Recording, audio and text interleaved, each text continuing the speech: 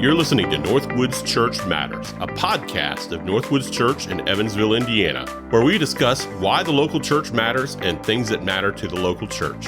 I'm your host, Matt Higgins.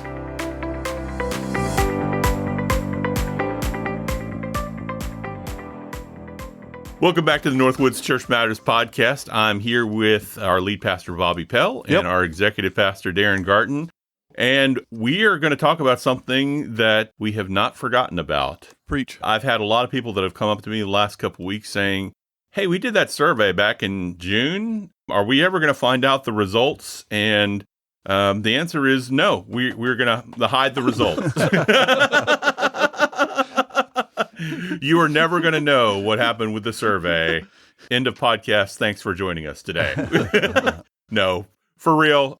It's been a hot minute because we've been talking about it and the elders have been digesting it. Could you talk a little bit about what's been going on behind the scenes, Bobby? So this is October the 5th. Our elder retreat was 2 weeks ago.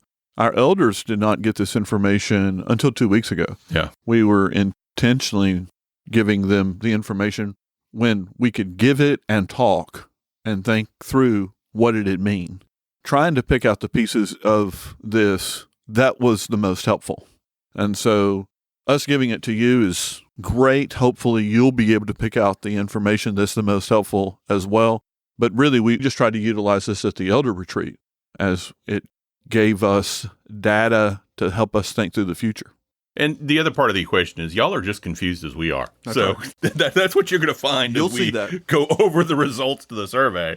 And we're just going to go through question by question. The first question that we ask you guys is, what is your age? And the people that responded skewed towards the older folks in the congregation. We did not have a lot of young people that responded. So I think my first takeaway is if you are a 20-something, we want to hear your opinion when these things come up. So please reply. We want to know what you think. Well, and we know you exist. Yeah. We have 20-somethings. We see you. Yeah. So feel free to talk to us. Read your email. They probably don't know what an email is. Some of them have told me that. The next question we ask people is how many kids under 18 do you have in your household? And 60% of those that answered the survey did not have kids in their household. And that just tells us there's a lot of folks with kids that did not respond to the survey because we know, again, you're out there and you exist. Next question was encouraging/comical. The next question was how regularly do you attend Northwoods in person per month? 82% of y'all said every single week you're here. That's great. That is great. By the Good way, there job. were 132 responses. Mm-hmm. Yeah. We're grateful. We're grateful for that. We're grateful for that. Next question is, how regularly do you watch Northwood services online per month? 62% of y'all said 0, which means that most of the people that responded were in-person people. But we do know from our attendance numbers that we do have a good number of people that if they're not here, they watch online, and we're grateful for that. So 24% of people said they watch at least one time a month, and then another 12% said 2 to 3 times a month. And there's somebody out there that said every week. And if you watch every week, we're glad that you're here and a part of NorthWoods. Next question was, do you feel like NorthWoods is growing? 95% of y'all said yes. And that was back in June. And we've had some good attendance since then. We were around 420 in the spring. Darin, feel free to help me. Yeah, I think we were a little bit lower in the spring, around 420. I think the recent months we were averaging, I think 443 was the number. But in the last few weeks, except for last week, we were over 500, right? So we have been larger than we were in the spring for sure. Yeah, I mean, even when we haven't been over 500, we've been 470s. It's been good. It's been good. And, we kind of expect a bump in attendance when we have a special service. And so we did have a bump in attendance for First Responder Day, but the next Sunday we had about the same attendance. Mm-hmm. That's right. And there was nothing special going on. Nothing special. That's right. Yeah. So that was encouraging for us. We know that y'all are going to come out for fire truck. So if you come out on a regular Sunday, that's good. The next question was, what do you think is the greatest barrier to growth at Northwoods Church? And this is one of these answers where a lot of people had a lot of different opinions. So the number one answer was actually classroom space. 26% of people said that. 25% said worship space. Then the next answer was parking. And then 13% and a little bit of change said lack of opportunities to connect with others. And then there was various answers down the line, but classroom was the number one answer. But we also asked the question, what do you think is the second greatest barrier to growth at NorthWoods Church? And 29% of y'all said worship space, 22% said parking, and then another 15% said classroom space. So if you add those together, kind of the number one that y'all said was worship space and then classroom space. Well, and I think this is a little bit of inside baseball. Part of the reason for the survey was we were wondering if there was not some obvious reason that was limiting our growth that we might not see because we're here early, we're neck deep in stuff, and we were kind of hoping that maybe the congregation might say, oh, there's this thing that's happening that we just didn't know was happening. But I think what we found from the survey is you thought the same reasons we were thinking that was limiting our growth. Some of our classroom space, some of our auditorium space, and so forth. Those were the things that we were looking at as barriers to growth. Really, and y'all had kind of the same thinking as we did, which is it's not worship space or parking or classroom space, it's all the above, which honestly is the hardest thing for us to solve. Yeah, that's right. Yeah, and you get into this situation of these things are not simple to fix, especially simple to fix quickly. Right. It'd be a lot easier if the problem was the announcements were too long. Yeah, or something. exactly. We could shorten that or something. Yeah. Yeah, there's too much facial hair. Yeah. Right. And I could say, come on, Matt. Right. I can shave a beard. Yeah, that's right. I mean, come on. I look about 2 years old.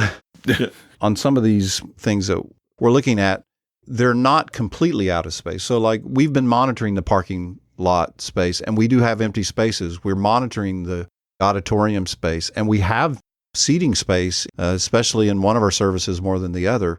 So we have some of these things. So it's kind of hard to address them when we feel like, well, there is some space there, even with the leeway that we're giving in terms of we're saying like 70% full is full. We're not saying every seat has to be full before we're full. We're looking at the kind of the statistics on how full you can be and still feel full. And let me just throw out there for people that are listening, there's two easy ways where you can create more space in the sanctuary. One is for you to move forward.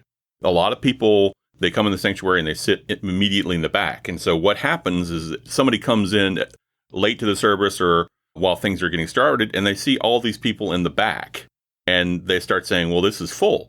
And that's just not true. So if you could move a row or two or towards the front of the sanctuary, that would actually help.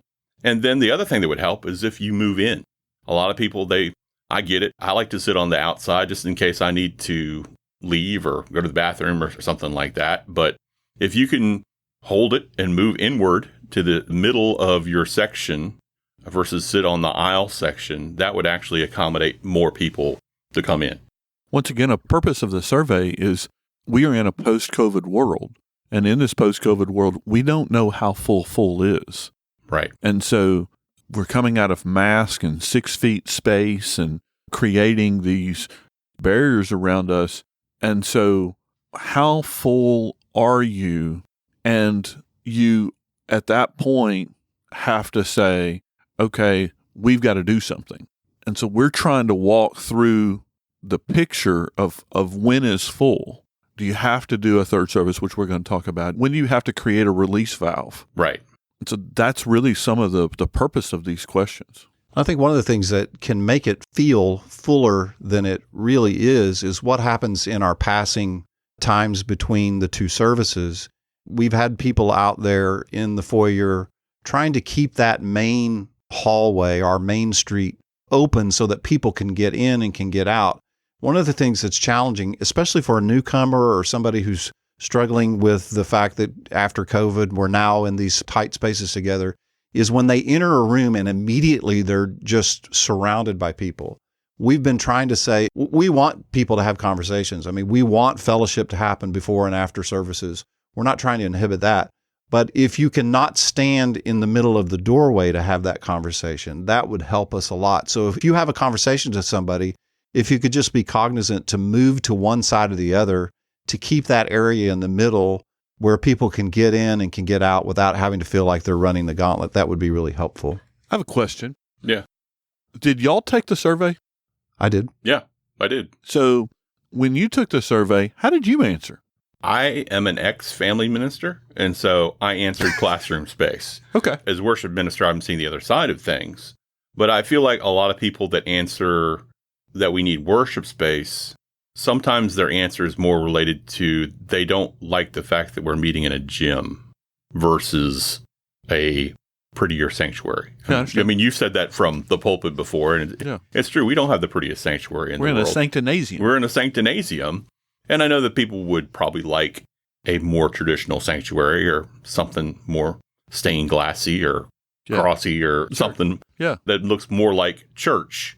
And so I think that's kind of baked into some of the answer there because I've talked to y'all and I know that that's part of it. I don't think that's a wrong thing either. Don't hear me say that. It's not evil. It's not evil to want a more attractive sanctuary building. Right, sure. I think I said the same thing as everybody else, that I feel like there are times where the auditorium space is restrictive or the classroom space is restrictive. I know there's times where, especially during our Awana hours, we mentioned that all the classes are taken up or there are not great spaces available to be able to do certain things. And I think that sometimes that limits us. It goes back to one of the first moves we made when I started as family minister here, which was back in the dark ages now, is the thing that really helped our attendance was that when student ministry and kids ministry started meeting on the same night. And the reason is that people just don't want to drive out twice to church. And for us to have all that stuff on the same night, that really helped our attendance. But then at the same token, it created a stress. By doing that. But it gives us some insight into how people think. I don't know if people know that, but we know it because of the data that we get is that there are times when every classroom space and sometimes closet space, baptism room, pastor's offices are used for multi-purpose kind of things, that we have classes that are being used for either discipleship meetings, Awana sort of things, and so forth. So there are times where all of those spaces are used up, and that's pretty unusual. I think we know of a lot of churches right now who have lots of space that's completely unused in their church. And that's just not the case for us. Yeah. And if you're somebody that doesn't come on Wednesday night and you want to see it for yourself, come on out. Come and check it out and see. I mean, praise God. Brianna Sturgeon and Rachel Bland are doing a great job with Awana and student ministry, and they're killing it. So, I mean, and you guys are too. We'll throw that in there as well, is that things are going well on Wednesday night. And so come and see. The next question is, Bobby, did you take the survey? I did. I would have been, like when you look at a pie, I would be one of the little bitty tiny slices that did not choose any of the more popular answers. You're a contrarian. I'm a contrarian. I said that the number one barrier is third space, is what I said. And what I meant by that was I said, I think that the number one barrier today is when people walk in, there are people standing there right in front of the door. And they're like, they've made a decision right then, I'm not coming back. Right. Yeah, I think about that. Somebody at our Christmas Eve service that has anxiety sorts of issues and came into the Christmas Eve service and just was in tears because it was so crowded. Yeah. I know we can't help some of that. We are going to be crowded because there's a lot of people, but it doesn't have to be so pressing. If we can help with, that's what we want to try to do. Yeah. I just really believe that whole aspect there, from my seat, is the largest issue. Yeah. Which we're doing this once again on Wednesday the 5th is when it's being recorded. We have a town hall meeting this coming Sunday. And that town hall meeting, we're going to talk about that. Our elders are trying to figure out how to relieve the stress of that. And I appreciate that the elders are thinking through that. And then I would have said the second barrier is something you guys have said, which is classroom space. Yeah. And there's a kind of baked in there, we can talk about this. There's a unique barrier that we understand too, is that a lot of our classroom space is upstairs. And we don't have an elevator. That's right. And we understand that for some folks that have mobility issues or somebody in their family is disabled, there's a barrier to that too. That's correct. And that creates unique problems for us as well. Yep. So the next one is the $1 million question, which is, what would be the best solution to accommodate church growth? And you've probably been hanging in there for this podcast, for this answer. So 49% said construction in addition to our building. And then another 38% said add a third service. And then there's some minute responses that are there. Which, from my seat, to a great degree, is not helpful. Right. I mean, because if you sit back and think about that, that's 49%, almost half, but it's almost 40% saying third service. Mm-hmm. And so it's sort of 50-40. I mean, little less than 50 and almost 40 who are saying, let's build or let's do a third service. Right. I mean, 50% said build and then 50% said something else. Yeah. And so it's half and half. Yeah. So when people ask, why aren't y'all talking about the survey? Part of the reason why we're not talking about the survey is it wasn't very helpful. Right. Well, it was just inconclusive. You know Inconclusive. Y'all are just as confused as we are. Which we appreciate. Right. Yeah. I mean, if 80% of you would have come out and said, well, we've got to build, well, that would have been like, let's go build. Right. Or had 80% of you said, let's go do a third service. Okay, let's go do a third service. But it really wasn't one way or the other. Mm-hmm.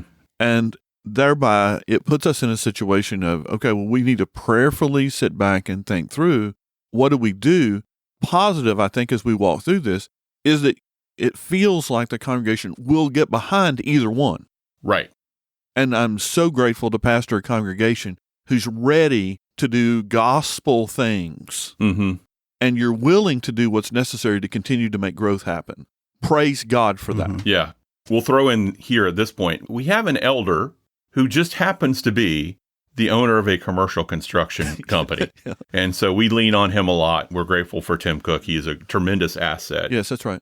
From the elder meeting, what did we learn about the cost of construction? And we've met with banks too in terms of what interest rates are and whether they recommend us build or not. So what have we learned over the past couple of weeks? First of all, let's just say in a post-COVID world, we are moving very carefully because like when we came out of COVID, nobody knew what was going to be the next step. So right. If people are frustrated that we're not acting quickly and so forth, well, it's because of the world we live in. We really don't know where things are. So let's say that.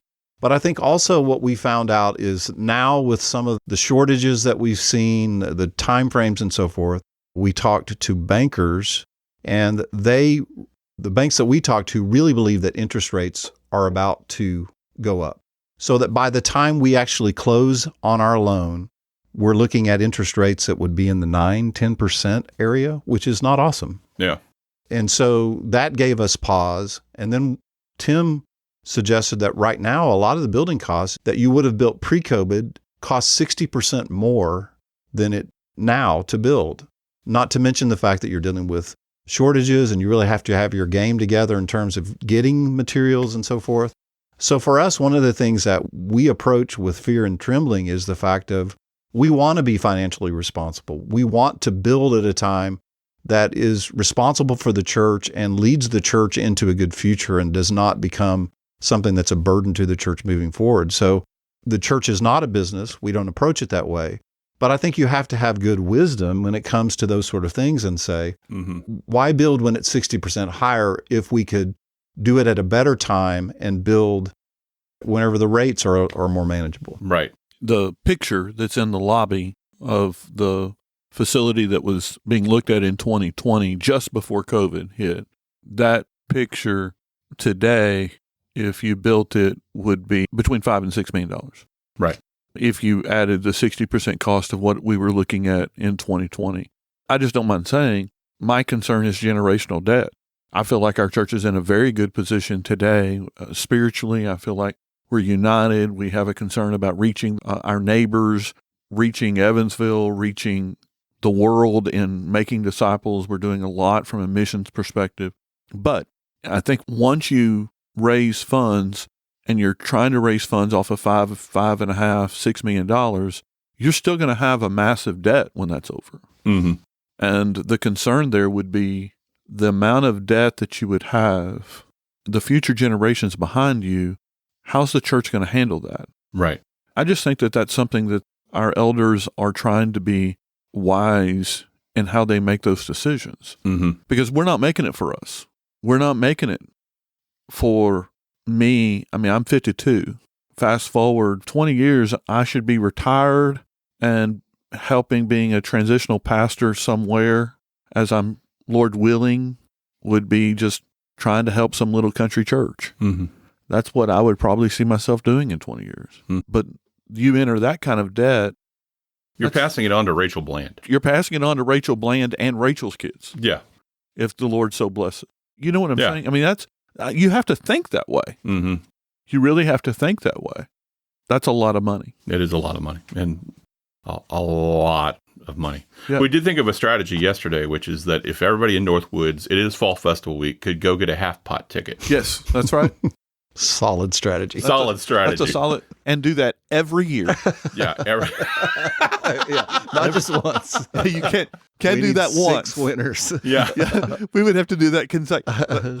I mean, the half pot was only 700,000 last year. I mean, that's a drop in the bucket. Our compared staff to, is known for giving bad ideas, yeah, please don't gamble. and so let's just go ahead and say one of the worst ideas we'll ever give on the podcast is let's all invest in the lottery. Right. So we were joking. Yeah, obviously. Don't buy a half pot ticket. just make that clear. We do believe God could provide the money. I mean, He has the money to that's do right. that. And we have a generous church. We get We do. that. And so we trust in that. But we're also trying to be responsible. I mean, we had a story of one of the bankers we talked to said that they had built a building for, I can't remember, I think it was A school. a school for $900,000 or something. And it cost somebody else to build virtually the same thing, about $2 million, right? $2.5 million. And we're like, well, we're stewards. We feel like we're stewards of what God's entrusted to us. So it's not about just getting the money. It's about let's be wise in the way we do that and set ourselves up to win in the future. Yeah. And you may hear this conversation and you're thinking, the leadership of Northwoods is never going to build. And that's not what we're saying. No. That's not what we're saying. No. Please don't take away that. No. We're just saying if we're going to build, we need to be wise with how much and how much it costs. That's exactly right. Right. That's exactly right. Right. Next question is, would you be willing to attend a worship service on 8 a.m. on Sundays? This is another question where I think it was unhelpful. We added a maybe response here. But 40% said no. We had 31% said yes. And then 25% said, y'all are just not clear. Yeah, and not to push ahead, but then would you be willing to attend a worship service on a day other than Sunday? The yeses and maybes ended up being at 65% when you totaled them. Mhm. But it was only 24% who said yes, 41 was maybe. Yeah. And so we appreciate your maybe willingness. Yeah. And I do mean that. I mean, because if you sit back and you look at your total no's, actually, what I thought was your total no's were 40% were no on 8 a.m. on Sunday, 34% were no's Mhm. on any other day. That means there is a large group of people who are Mhm. willing to consider doing what is necessary to reach others and give space. Mhm. We really are grateful for that. Yeah. It's just that we don't have enough through the survey, enough information through the survey to say yes. And we've talked through some of the upside downside of building. What are some of the upsides and downsides of going to a third service? Utmost in my concern, because I'm one of them, I guess, is the concern for the staff, the wear and tear on the staff. There are things that you can do with 2 services that become tricky to do when you have 3 services. Like right now, we have a band that the same band does both services.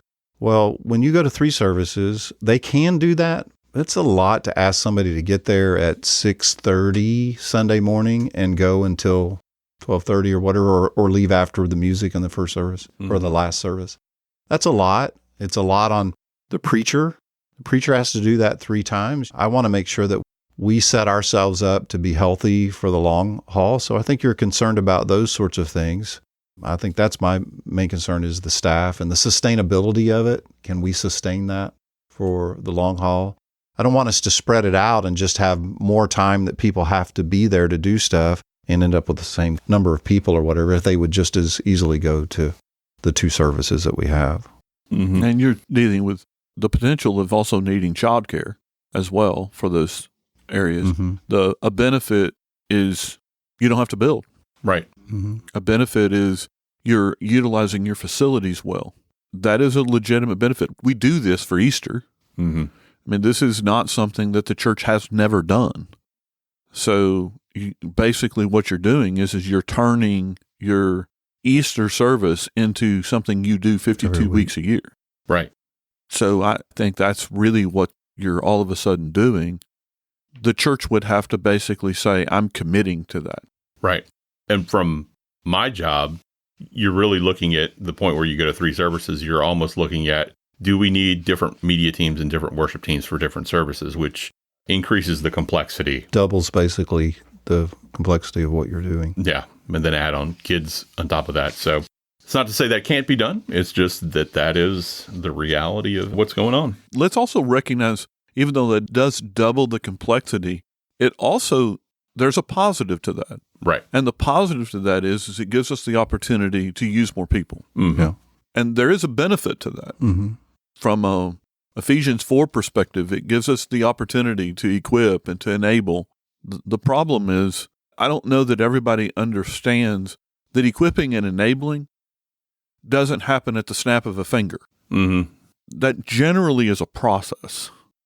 It takes a moment. Mm-hmm. It's not simple. Yeah, it's not simple. Next couple questions are related to some questions that we asked before. Would you be willing to increase your level of service, volunteering to accommodate an 8 a.m. worship service on Sundays? The number one answer was 42% maybe, which doesn't really help. I think a positive answer is the next question we asked was, if we constructed an addition to our facility, would you be willing to contribute to a capital campaign over and above your regular tithes? And we have some generous people in the church. 58% said yes. Yes. And then number two answer was 35% maybe. So we're grateful for the generosity of our church. We know we have a giving church. Yeah, that's right. And if you sit back and you actually look at that, one of the more interesting, only 8% said no. Right. I mean, that's crazy. Yeah, that's a great answer. That's a great answer. And there may be things that are going on in some people's lives that say, I can't. Right. Yeah. But only 8% said no. Right. Right. I thought you were going to ask us, how did we answer on that? No, I'm afraid I did not, because I was afraid you would ask me how I answered. Depends on if I win the half pot. All right. So the last question, you guys may have been thinking, why did they ask this question? But I'll give some insight to this question. The last question we asked was, what type of worship music do you prefer? And the reason we asked this question was we were thinking through, okay, so if we do add a third service, what do we do music-wise with that? Is there demand for a traditional service? And so the response, I was surprised by this, but 66% said they prefer a blended service, and then 24% said contemporary, and then 10% said hymns, which helps us to know that if we start a third service, we probably need to think about a blended service, which is what we do pretty much every Sunday here at NorthWoods. Mm-hmm. I think what that communicates is that, and you and I have talked about this, Matt, the need for doing hymns in our services is real. Yeah. But the need for us to do hymns as a service is not real. Right. Yeah. If you are a hymns only person, this survey shows that we are not going to migrate in that direction. Correct.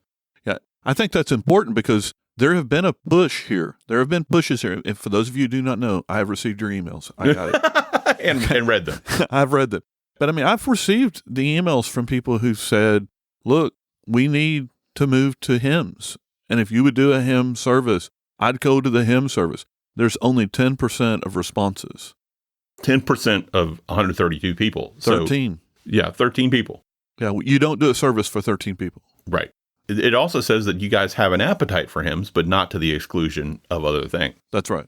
That's right. Which is what we're trying to do. And just to give you insight into my head, which is kind of scary, is I plan services based on what the text is being preached.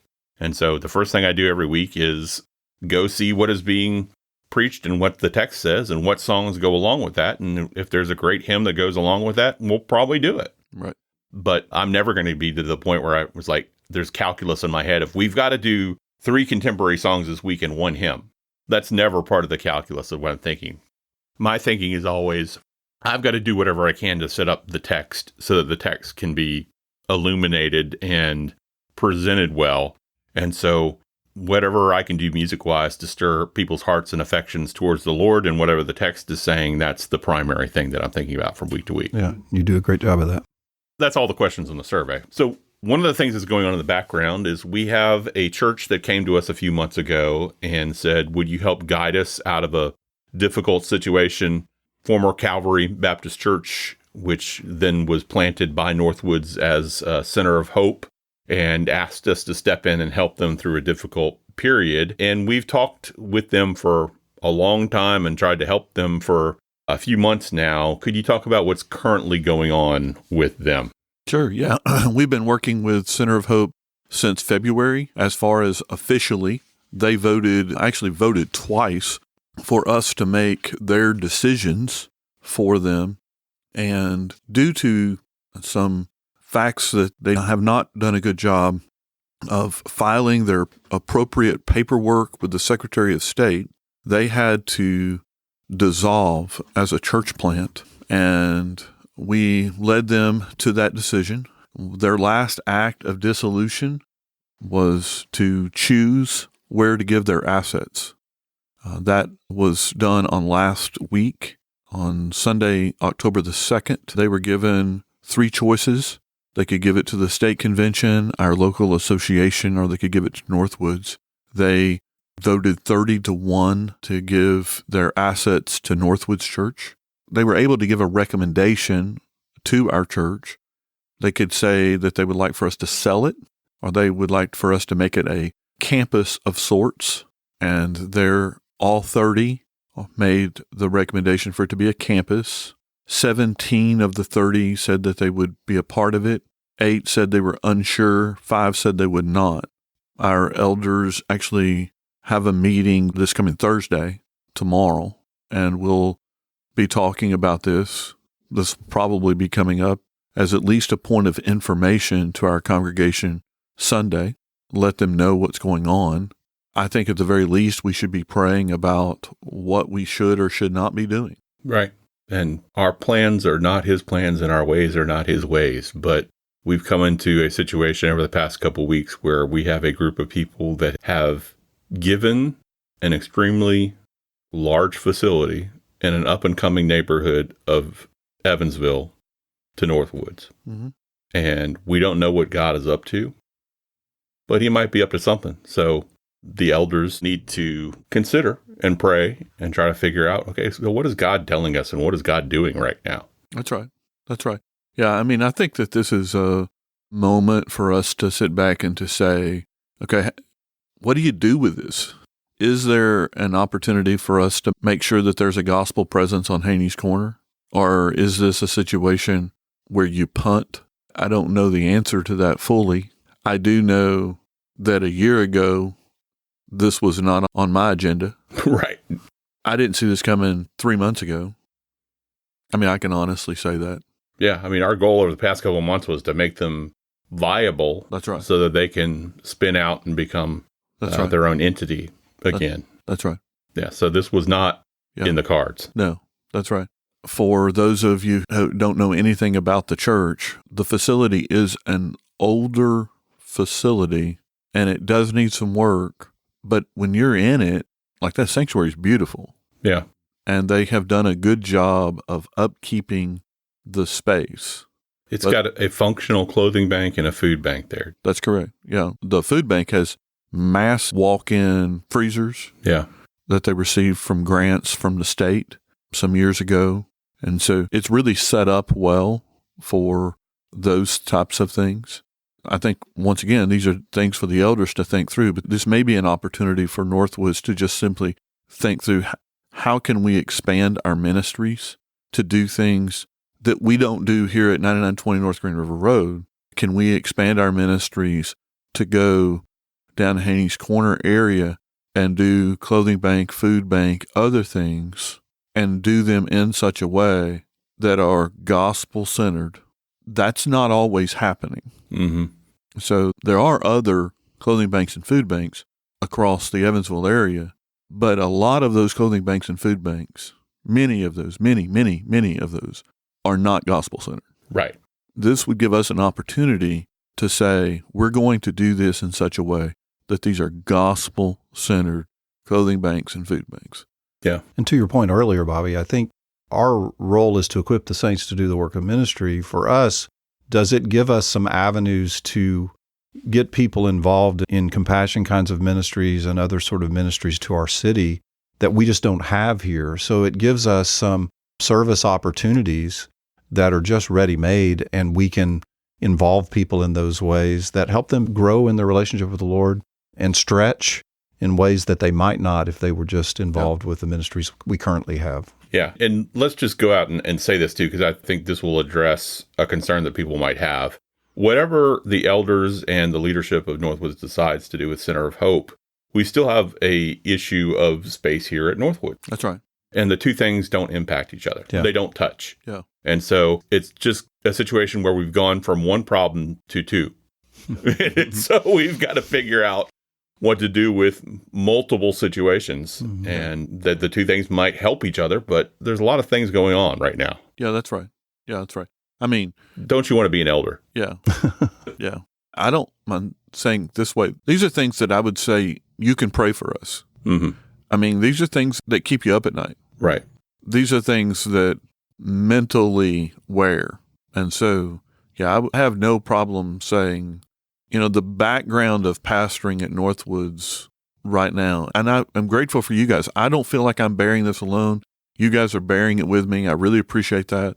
But the background of bearing the load of Northwoods has been for the last few weeks bearing the circumstances of what's going on there.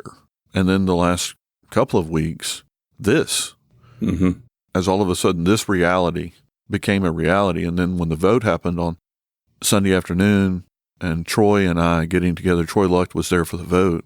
And then all of a sudden it became real. Right. So since Sunday, it's sort of been like, oh my.